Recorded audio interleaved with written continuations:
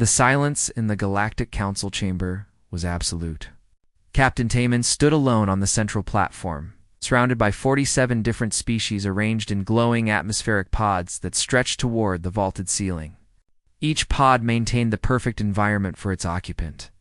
From methane-breathing creatures to beings made of living crystal, the air around him felt heavy, oppressive, standing at the bottom of an ocean. Ambassador Jiwoo sat in the Earth's delegation section, her hands folded carefully in her lap. She had tried for 3 months to prevent this moment, using every diplomatic tool in her arsenal. It hadn't been enough. Now, humanity stood trial, and the charges were serious enough to end their place in the galactic community forever. Hi. Arbiter Velthan rose from the central dais, his crystalline body refracting light into rainbow patterns across the chamber walls. When he spoke, his voice resonated through translation devices implanted in every being present. This council convenes to address formal charges against the species known as humanity. The charge is systematic violation of galactic combat protocols during the conflict with the Vryn swarm. Taman kept his face neutral, though his heart hammered in his chest. He had fought in that war. He had seen things that still woke him at night, covered in sweat and reaching for weapons that weren't there. And now, the very things that had saved humanity, that had saved dozens of other species, were being called crimes. Commander Cross stepped forward from the prosecution circle, his 6 arms moving in precise gestures that his species used for emphasis. The Draxian was massive, easily 3 meters tall, with scales that looked like they could deflect bullets. His species had been warriors for 10,000 years, perfecting the art of logical, efficient combat. Honored Arbiter, honored council members, I present evidence of humanity's barbaric conduct. The chamber darkened, and holographic displays materialized in the air above them. The first showed human soldiers during the Battle of Kepler Station. They were battered, bleeding, some missing limbs. And they were smiling, laughing, shouting encouragement to each other as enemy fire rained down around them. Observe, Cross said, his voice dripping with disgust. These beings display emotional instability during combat operations. They engage in irrational vocalizations. They continue fighting despite injuries that should render them non-functional. This is not warfare. This is madness. More footage appeared. Human soldiers refusing evacuation orders to stay with wounded comrades. Squads holding impossible positions to protect civilians of species they had never met before. Tactical decisions that made no mathematical sense but somehow worked anyway. And everywhere, those disturbing displays of emotion, fear, anger, joy, determination, burning in human eyes, even as they faced certain death. A council member from the Hive Collective spoke, her voice a chorus of overlapping tones. We do not understand. In our species, each unit functions as part of the whole. Individual fear does not exist. How can these humans operate effectively while experiencing such psychological chaos? They cannot, Cross answered firmly. That is precisely the point. Humanity's methods violate the fundamental principles upon which galactic combat law is based. Warfare must be conducted with efficiency, logic, and respect for the mathematical realities of acceptable losses. Humanity ignores all of this. Taman watched Jiwoo shift uncomfortably in her seat. They had known this was coming, had prepared arguments and defenses, but seeing the evidence presented like this, stripped of context and meaning, made everything they had done look insane. Cross continued, pulling up statistical analyses. In every engagement, human forces suffered casualty rates far exceeding recommended thresholds. They persisted in battles that mathematical models indicated were unwinnable. They employed what they call psychological warfare, using symbols, sounds, and emotional displays to confuse enemies. This is not honorable combat. This is chaos dressed as strategy. The Arbiter leaned forward, light glinting off his crystalline form. Captain Taman, you commanded human forces during these engagements. How do you respond to these charges? Taman took a breath, choosing his words carefully. Honored Arbiter, I request the opportunity to present a full defense. What you see in this footage requires context that has not yet been provided. Context. Cross's laugh was harsh. I have presented your species' own combat recordings. There is no context that justifies such reckless disregard for proper military protocol. Murmur ran through the council chamber. Many species had fought wars for centuries, millennia even, always following the established rules. Combat was a calculated affair, a mathematical equation where both sides understood the variables. Retreat when losses reached 30%. Negotiate when territorial gains became too costly to maintain. Never allow emotion to cloud tactical judgment.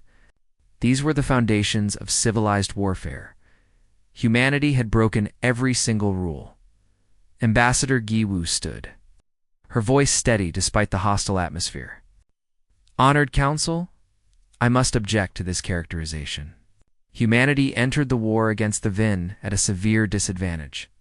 Our technology was inferior, our physical capabilities limited compared to warrior races. We adapted our tactics to survive. Adaptation is acceptable, another council member said. A being whose species communicated through bioluminescent patterns. Violation of fundamental combat law is not. The footage shows human soldiers continuing to fight with fatal injuries. This extends suffering unnecessarily. It is cruel to the wounded and psychologically damaging to their comrades. Taman felt anger rising in his chest but forced it down. They didn't understand. How could they? Most of the species represented here had never known the sharp edge of individual mortality. They lived for centuries, or existed as hive minds where individual death meant nothing, or had evolved past the need for emotional responses entirely. Cross seized on the moment. Furthermore, humanity's use of psychological warfare represents a dangerous precedent.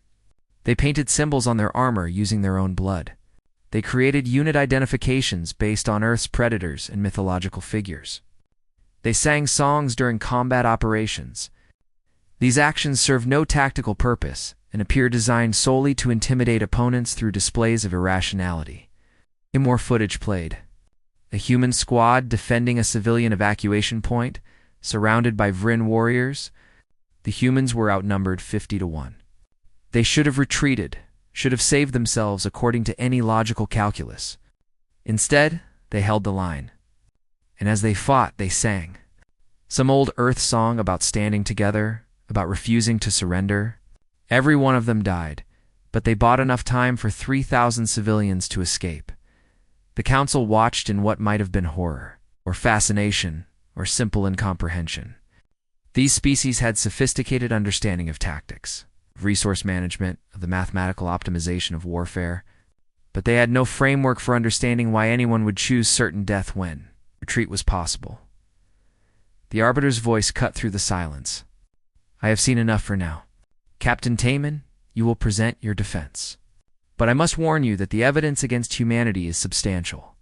If you cannot provide satisfactory explanation for these violations, this council will have no choice but to impose sanctions.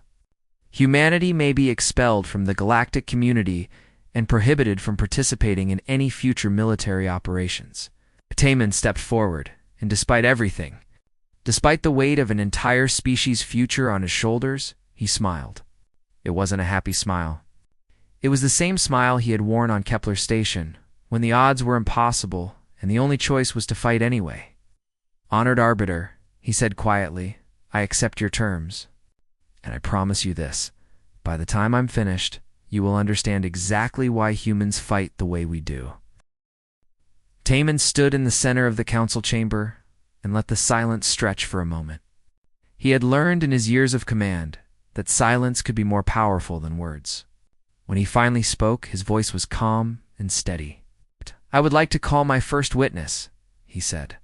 Lieutenant Hyanwu, survivor of the Battle of Kepler Station. The holographic display shifted, and a young man appeared in the air above them. He wore a simple uniform, no decorations, no armor. His face bore scars that medical technology could have erased, but he had chosen to keep. He looked tired, the kind of tired that came from carrying heavy memories. Lieutenant Taman began. Please tell the council what happened at Kepler Station. Hyanwu's eyes swept across the chamber, taking in the assembled species. He swallowed hard. Kepler Station was a civilian hub. 100,000 people lived there, maybe 30 different species.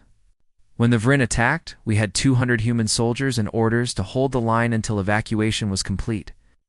What were your tactical projections? Asked a council member. We didn't have any, Hyan Wu said simply. The math was clear. 200 against 50,000. We couldn't win. We couldn't even slow them down for long. But we had to try, because there were children on those evacuation ships. There were families. There were people who would die if we didn't buy them time, Commander Cross interjected, his 6 arms crossed. So you chose to sacrifice your forces unnecessarily. This is precisely the irrational behavior we are discussing. Hyan's jaw tightened. We chose to give those people a chance to live. For 6 days, we held that station. We used every trick we knew. We set traps. We used the terrain. We made the Vryn pay for every meter they took. And yes, we sang songs. We told jokes. We painted our armor with blood when the paint ran out. Why? The question came from the Hive Collective representative. Why engage in these behaviors when they serve no tactical function?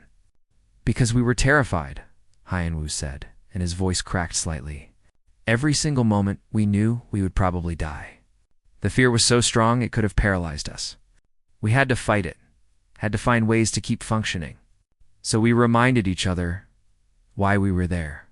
We made each other laugh to prove we were still human, still alive, still capable of joy even in hell. The chamber was silent. Hyan Wu continued, his words falling like stones into still water. On the 4th day, my sergeant, a woman named Sora, she got hit. Shrapnel tore through her side. Should have killed her instantly. But she kept fighting for another hour. Do you know what she did in that hour? She dragged 3 wounded soldiers to cover. She gave her medical supplies to a Pelthery civilian who was bleeding out. And when I tried to evacuate her, she smiled at me and said, "Not yet. Still have work to do." This is the irrationality we speak of, Cross said. She could have survived with immediate medical attention. She saved 4 lives in that hour, Hyan Wu replied, his voice sharp. For beings who are alive right now because she chose to fight through pain that should have been impossible to endure, you call that irrational? I call that heroic. Taemin stepped forward. Thank you, Lieutenant. Now I would like to present Dr. Yunji, our leading xenopsychologist. A woman appeared in holographic form, her hair pulled back, wearing civilian clothes. She carried herself with academic precision, but her eyes held the same weight as Hyan Wu's. Dr. Yunji Taemin said, "Can you explain to the council why humans behave this way in combat?" Yunji nodded and pulled up her own displays. Brain scans, psychological models, evolutionary charts. Most species here evolved under different pressures than humanity. Some of you have hive minds, where individual death is meaningless.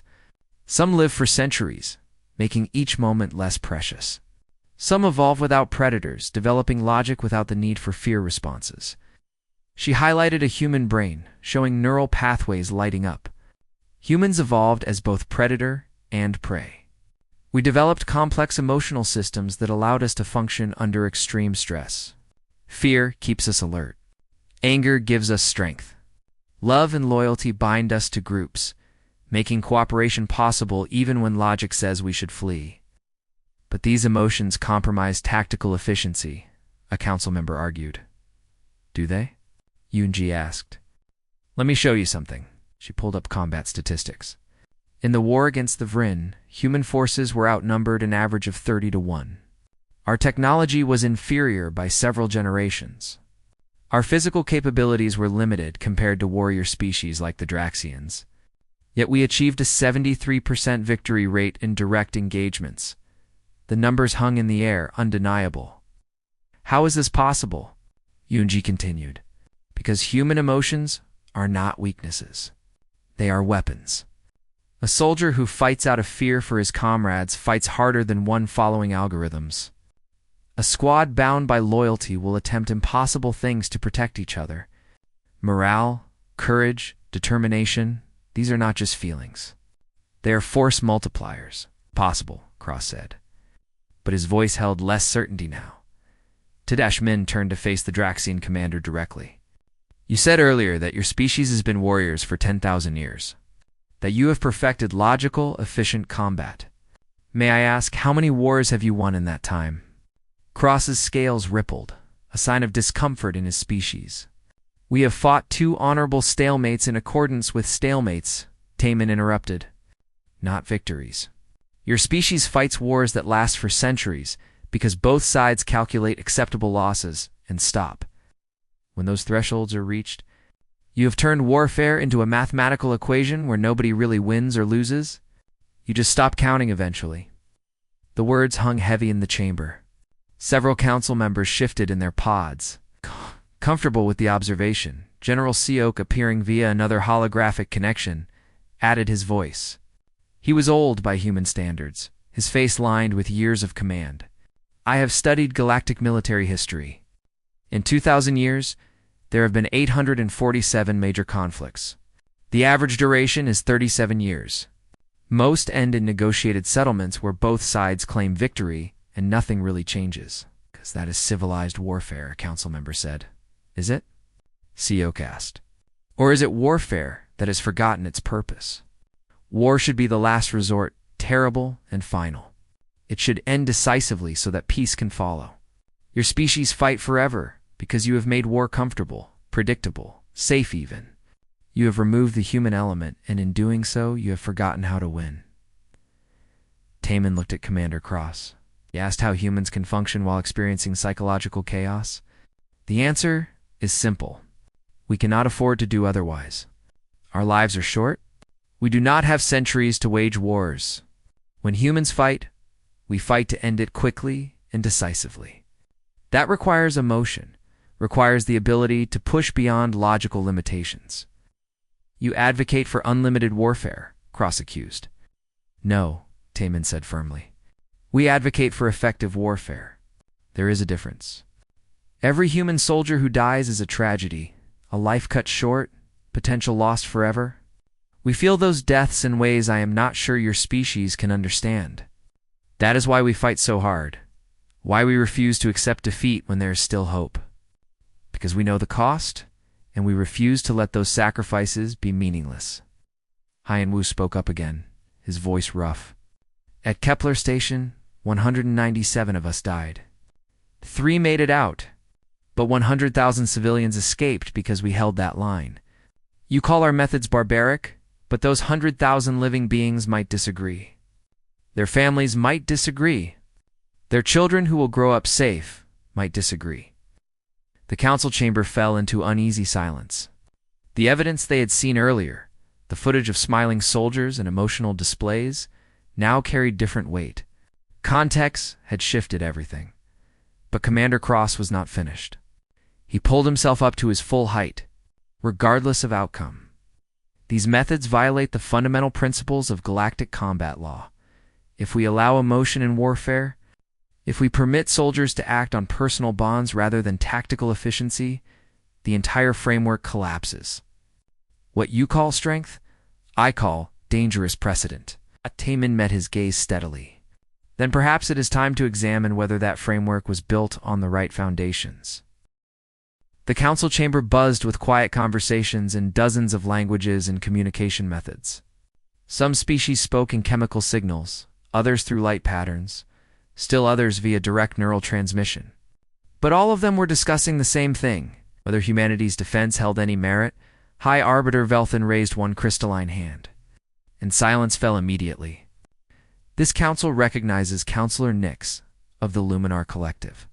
You have requested to speak. A being of living light shifted forward in her pod, her form constantly changing colors like an aurora. Thank you, honored Arbiter. I have a question that I believe needs answering. She turned toward where Taman stood. Humans fought differently than we expected. Their methods were unusual, perhaps disturbing to observe. But I must ask, did they fight wrongly? The question sent ripples through the chamber. Several council members began objecting simultaneously, but Nix held up her hand. Please, let me finish. The charges state that humanity violated combat protocols. But those protocols were written by species who view warfare as an extended exercise in resource management. What if humanity simply operates under different constraints? What if their methods, while unusual, are not actually violations? Taman felt something shift in the room. This was the opening he had been waiting for. Counselor Nix asks the right question. Humanity entered the war against the Vryn at a severe disadvantage. I would like to present the full context of that conflict. New data displays materialized in the air. Technical specifications, strategic analyses, casualty projections. All of it painted a grim picture. When the Vryn first attacked, Taman explained, humanity had been part of the galactic community for less than 50 years.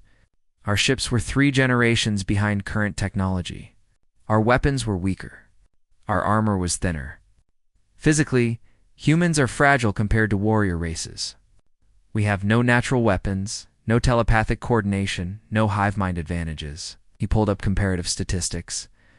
Human soldiers versus Draxian warriors versus Kelton battle forms versus any of a dozen species bred or evolved for combat.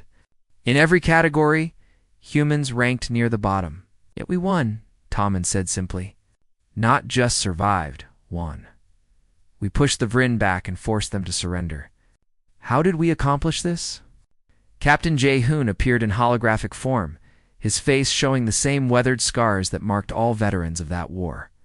I commanded the stealth ship Shadow of Soul during what we called the Ghost Protocol missions. I would like to explain what that meant. Commander Cross leaned forward, his interest obvious. Even among warrior species, the Ghost Protocol had become legendary for its audacity. The Vryn operated as a hive mind, Jae-hoon began. They could predict tactics because most species fight logically. They knew when forces would retreat, when reinforcements would arrive, when attacks would come. They calculated everything based on optimal efficiency. He pulled up mission footage. Small teams of humans infiltrating Vryn territory, moving in ways that made no tactical sense. They split up when they should have stayed together. They attacked when they should have hidden. They retreated toward enemy positions and advanced away from objectives. We succeeded because we were unpredictable, Jae-hoon explained. Not random, but unpredictable. We made decisions based on intuition, on reading situations in ways that could not be calculated. A Vryn commander would see a human squad trapped and assume they would surrender. Instead, they would attack. The Vryn would calculate optimal patrol routes, and we would deliberately choose the second or third best route because we knew they would not expect it. Not strategy, Cross objected. Jae-hoon replied calmly. This is human strategy. We excel at pattern recognition, at creative problem solving, at making intuitive leaps that algorithmic thinking cannot replicate. Our emotions, our irrationality as you call it, these are advantages when facing an enemy that thinks purely in terms of efficiency. Taman called his next witness. The council should hear from those we saved. I present Marathon of the Pelthery species. A small, furred creature appeared in holographic form. His species had been on the brink of extinction, their homeworld overrun by the Vryn. He spoke in a quiet voice that trembled with emotion. I was a teacher, Marthan said. I taught young Pelthery children mathematics and stellar mechanics. When the Vryn came, I was at school with 40 students. The council forces had already evacuated. The calculations said our world was a lost cause, not worth the resources to defend. He paused, and several council members looked uncomfortable. The decision to abandon the Pelthery homeworld had been controversial, but the mathematics had been clear. Saving them would have cost more than acceptable loss parameters allowed. I was holding my students, waiting to die when human soldiers arrived, Marathon continued. There were only 12 of them. 12 soldiers against thousands of Vryn warriors. They should have left us. Logic said they should have saved themselves, but they did not. Tears ran down his furred face. A human soldier, a woman named Sora, she found us hiding in the school basement. She was wounded, bleeding badly. I told her she should go, should save herself. She smiled at me through the pain and said, I did not come this far to leave children behind. The chamber was completely silent now. Marathon's voice grew stronger. Those 12 humans fought for 6 hours. 6 hours to hold a single building, while evacuation ships arrived. 3 of them died in that school protecting us. When I asked Sora why they would sacrifice themselves for strangers, for a species they barely knew, she just smiled and said, "Because someone has to." Marthon looked around at the council members. 40 Pelthari children are alive today because humans did not calculate whether we were worth saving. They just fought. They just cared. You call their methods violations, but I call them miracles. Several more testimonies followed. A Kelton civilian who had been rescued from a Vryn prison camp by human forces who attacked with 1/10 the recommended troop strength. A Draxian soldier who had fought alongside humans and witnessed their refusal to abandon wounded comrades, even when it meant putting the entire squad at risk.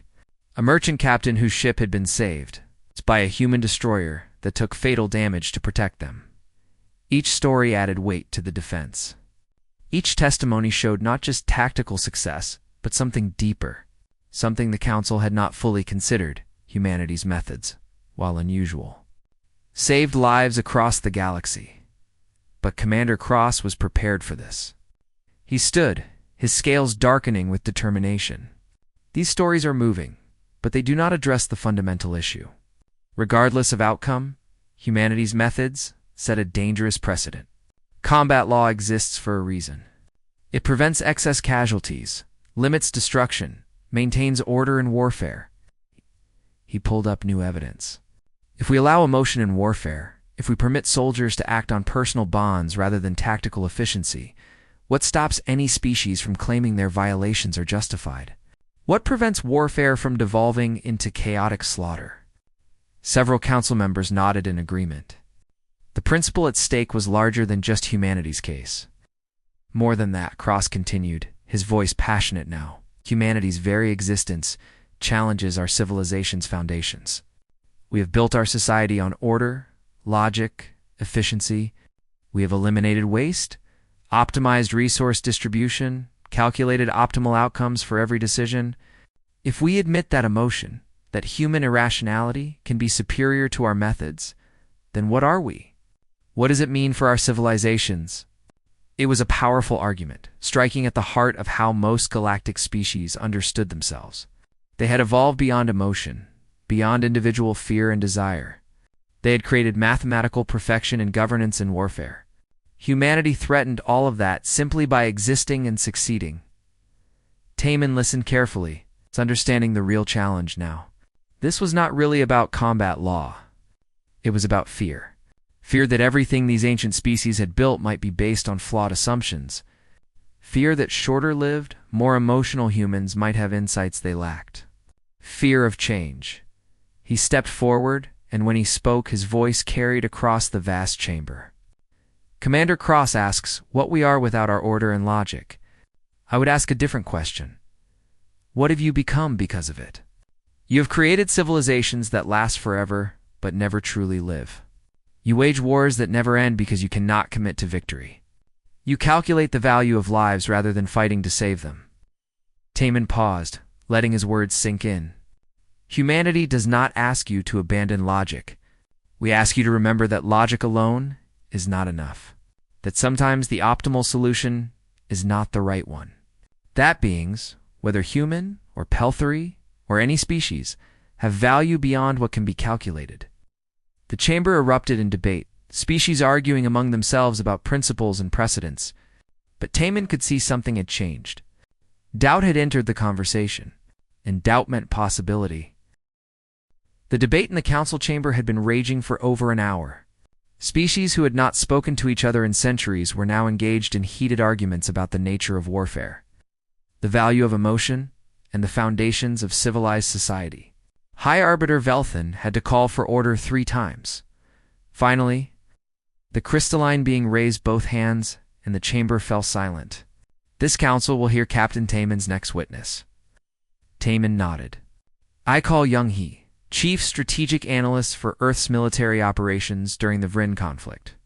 A woman appeared in holographic form. She was young, perhaps in her late 20s, wearing simple civilian clothes. She carried no military bearing, no warrior scars. Several council members shifted in confusion. Young Hee is not a soldier, Taman explained. She is a civilian scientist who specializes in behavioral psychology and game theory. She designed many of the strategies that the Council finds so disturbing. Commander Cross's scales rippled. A civilian designed military tactics? This is highly irregular. Young He smiled, seemingly unbothered by the room full of powerful beings examining her. I studied galactic combat law extensively before the war began. It fascinated me because it was so different from Earth's military history. All of you approach warfare as a logical exercise in resource management and territorial control. She pulled up displays showing mathematical models, probability matrices, optimization algorithms. Your combat protocols are elegant, I will admit that. They minimize casualties, prevent excessive destruction, allow for clean resolutions. But they are based on a fundamental assumption, which is, asked Counselor Nix, her light form shifting with curiosity. That war is logical, Young He said simply. But you are all wrong. War is not logical. War is the breakdown of logic. It happens when rational discourse fails, when calculation cannot resolve differences, when peaceful solutions are impossible. And humans understand this in our bones.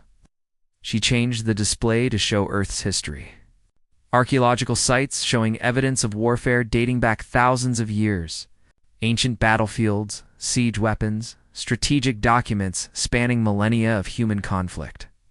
Humanity has been fighting wars for at least 10,000 years, Young He explained. We fought over territory, resources, ideas, beliefs, revenge, honor. We fought for rational reasons and irrational ones. We developed weapons and tactics and strategies through brutal trial and error.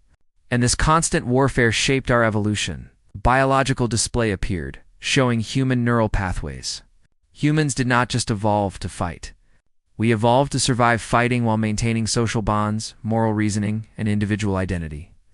We developed complex emotional systems that allowed us to function under extreme stress. Fear to keep us alert. Anger to give us strength. Love to bind us to groups. Hope to keep us trying when logic said we should give up. Elder Chiron, the ancient historian, spoke up. His species lived for millennia, and he personally remembered events from 2,000 years ago. Young He speaks truth that makes me uncomfortable. I have studied galactic military history for most of my life. Would the Council permit me to share my findings? The Arbiter gestured approval. Chiron pulled up vast databases of information. In 2,000 years of recorded galactic history, there have been 847 major interstellar conflicts. I have analyzed all of them. The average duration is 37 years. The average casualty rate across both sides is 18%. And 92% end in negotiated settlements where both parties claim victory. Let the numbers hang in the air. On the surface, this seems civilized. Low casualties, reasonable durations, peaceful resolutions. But look deeper. Of those 847 conflicts, how many achieved their stated objectives? How many actually resolved the underlying disputes? The question was rhetorical, but several council members checked their own records, confirming what Chiron already knew. Less than 12%, the ancient historian continued. Most conflicts simply pause when both sides reach their acceptable loss thresholds. The core disputes remain unresolved. Both sides rebuild, and often war erupts again decades or centuries later.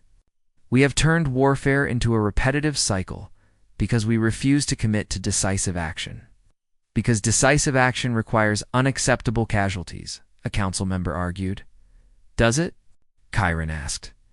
Or have we simply decided that no objective is worth truly fighting for? The war against the Vryn was different. For the first time in recorded history, an enemy was met with forces that did not calculate acceptable losses. Human forces did not retreat when logic dictated. They fought until they won, or until they died. He turned to face the council directly. The Vryn had no response to this. Neither do we. Humanity has revealed something. We refuse to acknowledge our entire approach to. Warfare is designed not to win, but to avoid losing too. Badly, Ambassador Biora, from the Unified Coalition of 17 smaller civilizations, requested permission to speak. When granted, she stood with visible nervousness. Her species was small, physically weak, without significant military power. "My coalition has been meeting in private sessions," Biora began. "We represent species that live in constant fear. Fear that if we are attacked, the Council's acceptable loss calculations will not favor saving us. We have watched human forces save species that the equations said were not worth the cost." She gestured toward Marathon, the Pelthari teacher who had testified earlier. The Pelthari were written off as lost. The mathematics were clear. Defending their homeworld would cost more than their species contributed to the galactic economy. But humans did not make that calculation. They just saved who they could. "Are you suggesting we abandon all rational military planning?" Commander Cross demanded. "No," Bior replied. "But perhaps rationality is not the highest virtue in warfare. Perhaps winning is. Perhaps saving lives is. Perhaps there are things worth fighting for beyond what can be calculated in economic terms or strategic value." Young He stepped forward again. "That is the human paradox. We are emotional, irrational, short-lived, and physically weak. By every logical measure, we should not be effective warriors. Yet we are. Because war is not really about logic. War is about will, about determination, about refusing to accept defeat even when all calculations say you should." She pulled up combat footage again, but this time, she provided her own analysis.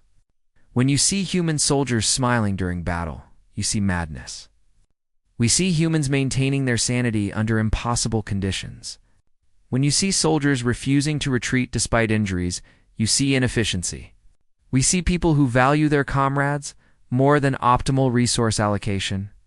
The war cries that disturb you?" Young He continued. "Those serve multiple purposes. They maintain unit cohesion. They intimidate enemies unused to emotional warfare. They override fear responses to enable action. And most importantly, they remind humans that they are alive, that they are fighting for something that matters." Commander Cross stood, his frustration evident. "This is all very interesting theory, but it does not change the fundamental problem. If we allow humanity's methods to stand, if we say that emotion and irrationality can supersede combat law, then we open the door to chaos," perhaps Taman said quietly. "Or perhaps we open the door to actually winning our wars, to saving species that would otherwise be lost, to fighting for principles rather than just calculating costs." The chamber fell silent. The argument had reached its crucial point. On one side, thousands of years of tradition, carefully constructed systems, the comfort of predictability. On the other, the terrifying possibility that all of it might be built on flawed assumptions. Counselor Nick spoke again, her light form pulsing with thought. "I find myself at a crossroads. Logic tells me that Commander Cross is correct, that we cannot abandon our principles. But another part of me, a part I thought had atrophied long ago, wonders if we lost something important when we eliminated emotion from our decision-making." Several other council members murmured agreement. The testimony had planted seeds of doubt that were now growing. Young Dash, he offered one final observation. "There is a saying on Earth, perfect is the enemy of good. You have spent millennia perfecting your systems, optimizing your protocols, eliminating variables. In doing so, you have created civilizations that function smoothly but cannot adapt to true threats. The Vryn nearly destroyed multiple species before humanity intervened. How many more threats will come that your perfect systems cannot handle?" Taman added, "We do not ask you to become human. We ask you to recognize that our differences, our emotional responses, our irrational determination, these are not weaknesses. They are simply different tools for different situations. Tools that, in this case, save the galaxy from a threat you could not defeat." The Arbiter raised his hand. "This council will take a recess to consider all testimony. When we reconvene, Captain Taman will deliver his closing statement, and we will vote on the charges." As the chamber began to empty, Taman noticed something significant. Council members who had been certain of humanity's guilt were now talking among themselves with obvious uncertainty. The certainty that had defined the trial's beginning had given way to genuine doubt. The question was no. longer whether humans had violated combat law. The council chamber reassembled after the recess, but the atmosphere had changed. Where there had been certainty before, now there was tension and uncertainty.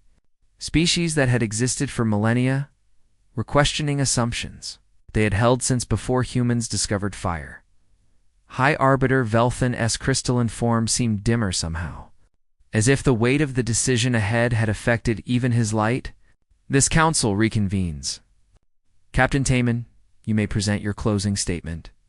Taman walked to the center of the chamber, and he did something that seemed strange given the gravity of the moment. He smiled. Not a bitter smile, not a challenging smile, but something genuine and warm. Honored Arbiter, council members, before I begin, I have a question. May I ask what you were all doing 200 years ago? The question confused many representatives. Some looked to each other, others consulted records, still others simply accessed their own memories. For beings who lived for centuries or millennia, 200 years was recent history. Counselor Nix was the first to respond.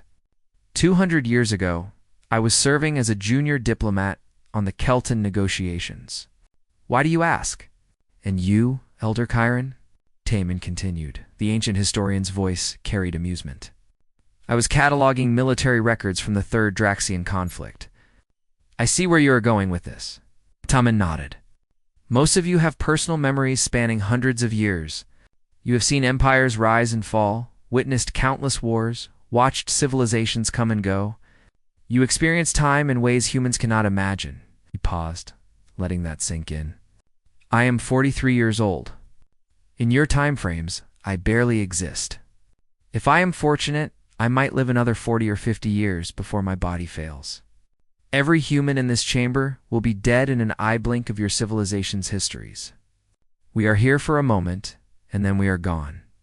The weight of that statement filled the chamber. Species who measured their lifespans in centuries had never really considered what it meant to live and die within decades. We know we are fragile, Taman continued, his voice quiet but carrying to every corner of the vast space.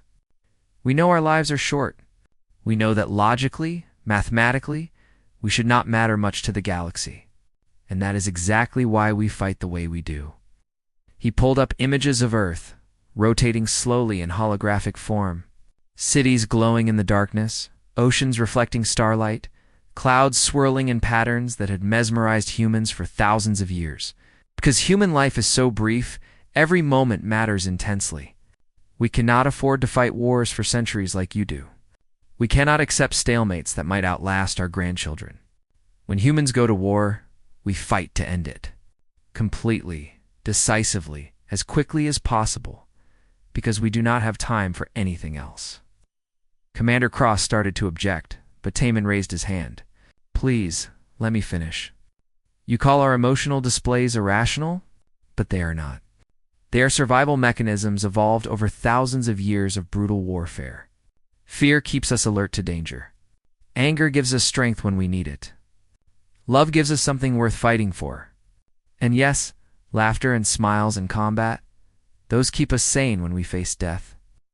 He pulled up the footage that had started this trial, showing human soldiers smiling during the Battle of Kepler Station. You see madness? We see humans refusing to let horror destroy their humanity. We see people choosing joy even in darkness. Because if we let war take that from us, if we let it strip away our emotions and our bonds and our ability to feel, then we have lost something more important than any battle. Ambassador Jiwoo stood, adding her voice to the defense. Galactic combat law was written by species who view warfare as an extended chess match played over decades or centuries. But for humans, war is existential. Every war we fight could be our last, because we might not survive to see another. The protocols assume rational actors making calculated decisions over long time frames. Humanity operates under different constraints. She gestured to the assembled council. We are not asking you to fight like us. We are asking you to acknowledge that our methods, while different, are not violations. They are adaptations to our reality. Just as you adapted to your long lifespans and collective consciousness and technological superiority, we adapted to being short-lived individual and weak, A commotion at the chamber entrance interrupted the proceedings. Admiral Sang-woo, Earth's fleet commander, entered with an urgent message. High Arbiter Velthan granted him permission to speak. "Honored Arbiter, I apologize for the interruption," Sang-woo said, his face grave. "But we have received a transmission from the Vrin. They wish to address this council." Shock rippled through the chamber. The Vrin had been silent since their surrender, retreating to their home systems. For them to contact the council now was unprecedented. "Let them speak," the Arbiter commanded. The holographic display shifted, showing not a Vrin warrior, but a diplomatic drone, purpose-built for communication. When it spoke, its voice was a chorus of overlapping tones, the sound of a hive mind speaking with one voice. "We are the Vrin," it began. "We have consumed 37 civilizations across 2,000 years. We have studied hundreds of species. We understand how they think, how they fight, how they break. This is why we always win." The chamber was silent, every being focused on the alien transmission. "We calculated humanity's defeat before we attacked their first colony," the Vrin continued. "Their technology was inferior. Their physical capabilities were limited. Their numbers were small. Victory was assured with 98.7% certainty. But we were wrong," the Vrin admitted, and there was something in that voice that might have been fear. "We could not calculate humanity's breaking point, because it does not exist. We could predict when other species would retreat based on casualties. We could anticipate when they would negotiate based on resource depletion, but humans had no such thresholds." The drone shifted, its mechanical parts moving with what looked like agitation. "We have fought species with superior weapons. We have faced species with greater numbers. We have battled species with powerful abilities. We defeated them all because we could predict them. But humans were unpredictable. They fought when they should have fled. They attacked when they should have defended. They smiled when they should have feared." "This is not a weakness," the Vrin said, and the words carried across the council chamber like thunder. "This is terror made manifest. We surrendered to humanity because we finally encountered something we could not overcome. Beings who refuse to accept defeat. Beings who will fight until they win or cease to function. Beings who care more about protecting others than preserving themselves." The transmission paused, then continued with what sounded like genuine respect. "You debate whether humans violated your combat laws. We do not understand your laws. We only understand survival. And we tell you this, humanity's methods are not violations. They are evolution. They are adaptation. They are what happens when a species learns to survive against impossible odds." The Vrin drone went silent, and the transmission ended. The council chamber erupted in conversation, species arguing over the implications of what they had just heard. Commander Cross stood slowly. For a long moment he said nothing, just looked at Taman with an expression that was hard to read. Then he did something that shocked everyone in the chamber. He removed his ceremonial war medals. Decorations earned over 300 years of military service. He placed them carefully on the podium in front of him. "I have worn these for longer than any human lives," Cross said quietly. "They celebrate tactical victories in wars that never truly ended. Wars where we followed every protocol, calculated every variable, optimized every decision, and we achieved nothing but extended stalemates." He turned to face the council. "Humanity has shown us something my species forgot millennia ago. The point of war is victory, not procedure. The goal is peace, not endless calculated conflict. I was wrong to bring these charges. Humanity did not violate combat law. They revealed its inadequacy." The chamber fell silent. If Cross, the prosecution's champion, was conceding, then the outcome was clear. High Arbiter Velthan stood, his crystalline form brightening. "This council will vote on the charges against humanity. All in favor of conviction?" Not a single vote was cast. All in favor of dismissal. The vote was unanimous. The charges were dismissed, but Counselor Nix stood before the celebration could begin. "I move that we go further. I propose the formation of a joint task force to study human combat methods and integrate compatible elements into galactic defense forces. I propose that we acknowledge that our combat protocols, while well-intentioned, have prevented decisive action for too long. The proposal passed with overwhelming support. Species that had followed the same military doctrines for thousands of years were now ready to learn from beings who had existed in the galaxy for barely a century. Later, Taman stood with Ambassador Jiwoo on an observation deck, watching Earth rise in the distance. The blue-green planet looked fragile from here, small against the backdrop of infinite space. "You did it," Jiwoo said softly. "You saved us." Taman shook his head. "I just told them the truth. That humanity fights differently because we are different. That our weakness, our short lives, our emotions, these are also our strengths. What are you thinking about?" she asked,